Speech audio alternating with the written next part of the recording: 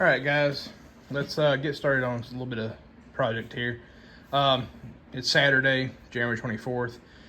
Car's inside over there, and I just wanted to work on a little something here, quick fix for an issue that I have. These are the front valence marker / blinker housings. They're cast aluminum, and it's got a steel bracket that helps hold it. So this sits in the valence as this gets screwed to the valence. Then this here is a support for the valence also. It has these amber lenses here. They sit in here as such. Screw there and there. These are a little bit cracked, but they're not like chipped. There's not a part missing off of them. This is what it looks like after me spending probably 20 minutes cleaning it. This is beforehand. Like I said, whoever had the car before me had clear coated everything on the car.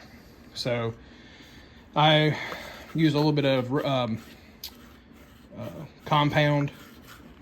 polishing compound, and was able to get a lot of that clear off. I still got a little bit more to get off on it.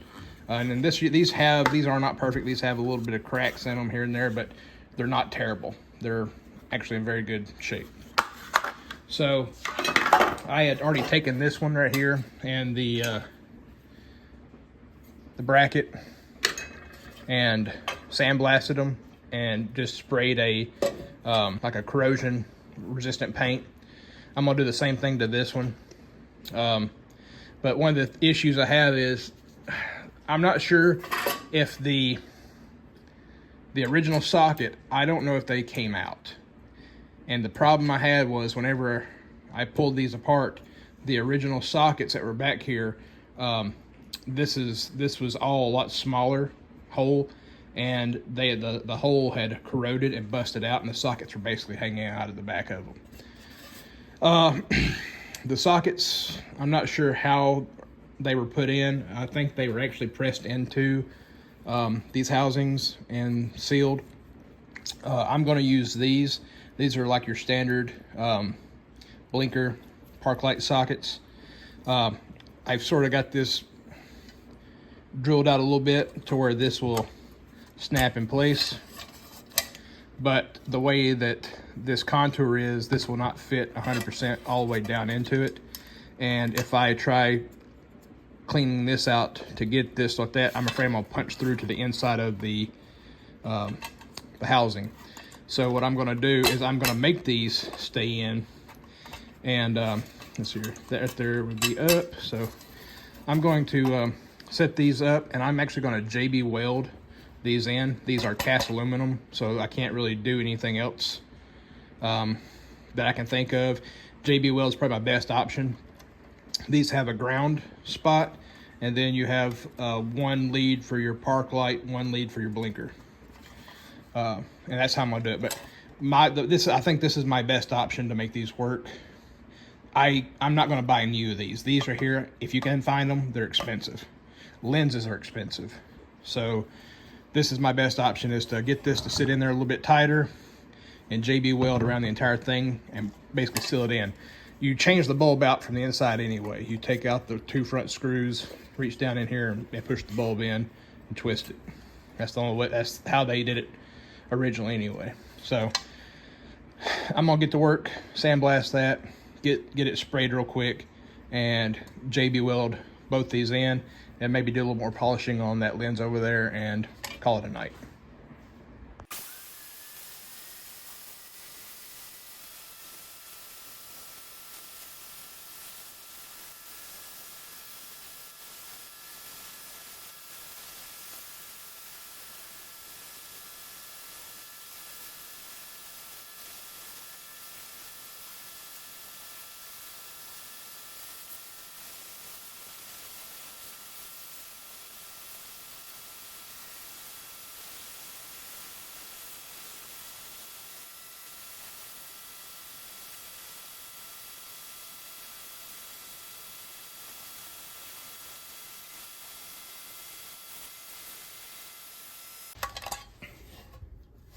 All right, so I've got this blasted. I'm gonna go ahead, and what I'm gonna do, I was looking at it. After I get this inserted here, I've got a little bit of a gap, and I think if I just trim the edges off of the actual socket, then I can get the lay flat all the way down. So I'm gonna do that real quick. So I know this is going to sit on top. So I just need to trim off the edges.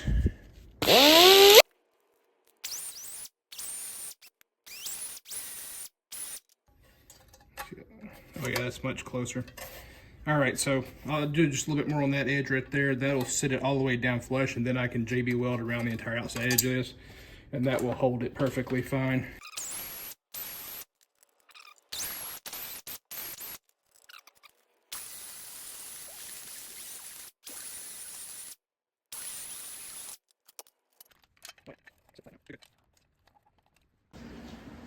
All right, so I'm gonna go ahead and mix up some JB weld. I tend to use this JB weld clear weld.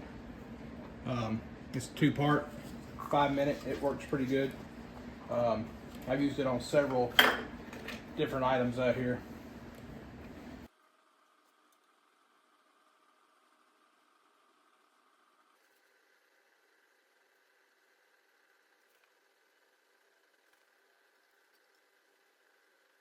And after this stuff dries, I'll probably end up coming back anyway and doing some finishing on it, you know, smoothing out all the ridges and reapplying anywhere I have to, because this stuff tends to do really good at getting into all the little nooks and crannies. It flows better than original JB weld.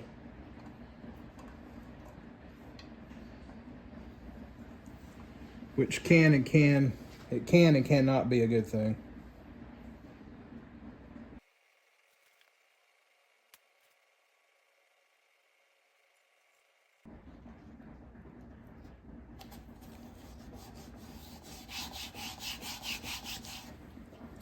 It's as simple as that.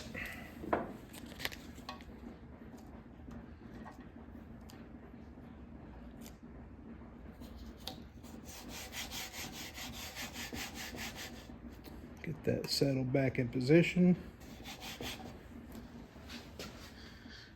All right, so I put this tape on to dam it up, and I've filled that in just a hair bit more, basically potting these sockets into place. Now I'll just let those dry overnight, and tomorrow, you know, those will be sitting there solid. Like I said, I'll come back and clean up any over and fill in any more holes that need to be filled. I'm gonna go ahead and get my drill, and I've got some nylon bristle brushes that you put in the drill, and then I'm using that compound, and I'm gonna go ahead and see if I can shine these up a little bit more. It's a Marine RV 1-step compound. It actually works pretty good. Take that and one of these bristle brushes right here.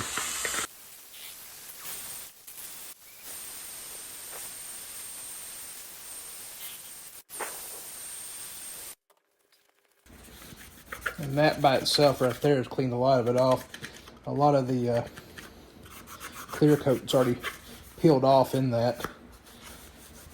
That nylon bristles really gets in there and kills it with that compound.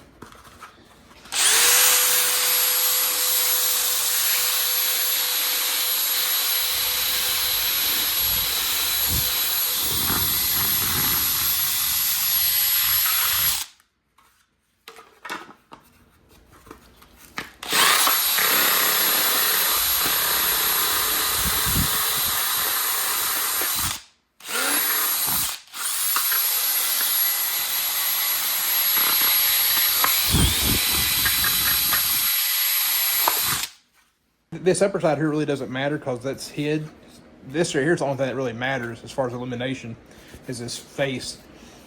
But I can take that sand, that really fine sandpaper, and clean all this here up. But the that white compound. I guess it is like a clear coat, but it's like that super fine clear coat for the headlight stuff. And to be honest, it doesn't matter if it yellows this, because this is yellow anyway, so you know that'll work out just fine.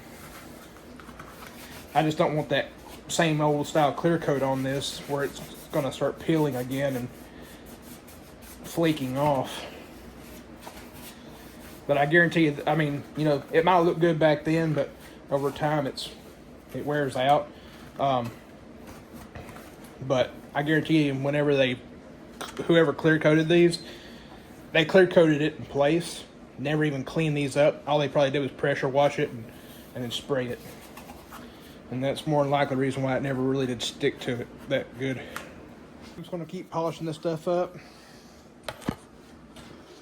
I've got it very close to how the other one's looking right now, but I need to take the other one now and get all that rest of that clear out from inside it. But you can see how much difference there was between then and now.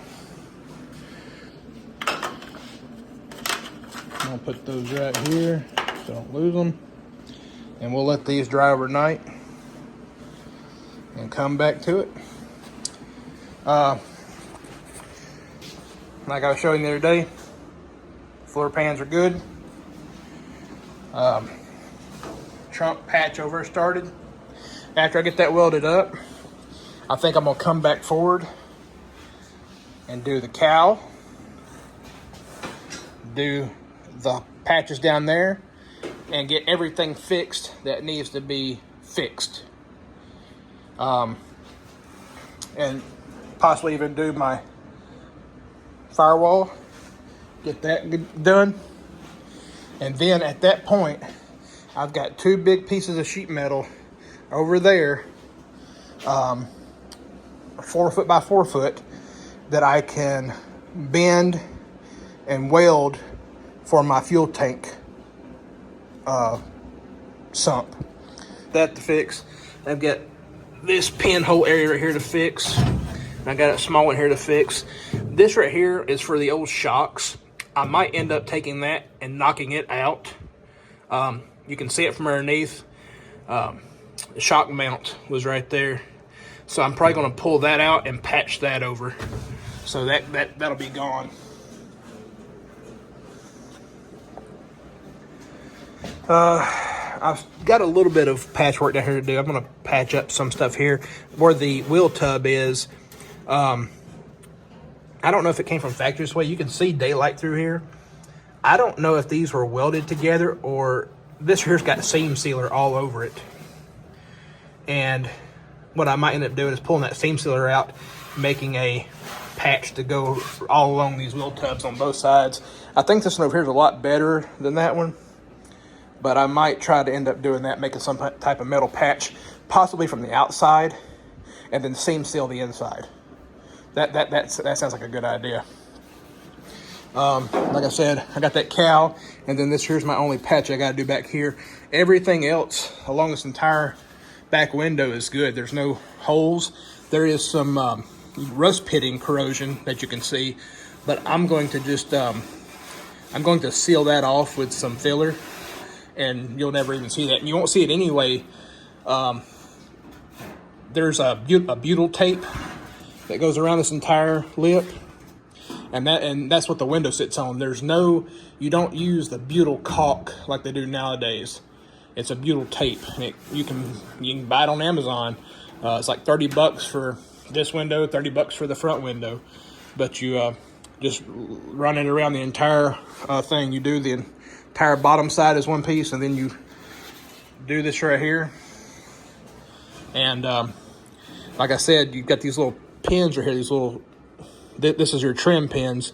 You have little clips that clip onto those trim pins, and then your stainless steel trim clips onto that. So I got to get this one corner here fixed, which this is super simple because it doesn't really come over the top. It's just the inside area here. So I'll probably end up taking and just cutting this flat out right here, and then just welding me a piece in there, smoothing it out. And then I've got those trim pins. They're not weld in, but they're like a rivet. You drill a hole, push it in there, and then it pop rivets from the outside, and it recreates that. So I'll fix all that and then just body fill the rest of all the corrosion. And yeah, I still got, I still probably have another month or two of metal work to do, not including the tunnel area there. Once I figure out, once I get my suspension in and get the motor and trans in, I'm looking at getting my suspension, my engine. I'm still debating on whether or not I want to do a 6.0 or a 6.2 liter. Either way, I want the 6L80. And so I'm trying to think, there's a couple year models. So if I get a 6.0 and I stroke it at the 408, I have to take it to a shop and get it bored.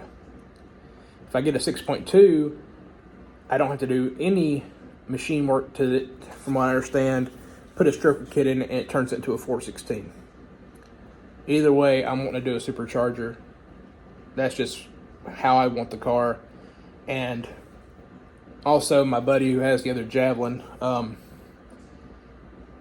whenever he brings it here for me to weld up the tunnel, because he got his engine and transmission set, and now his tunnel needs to be welded up.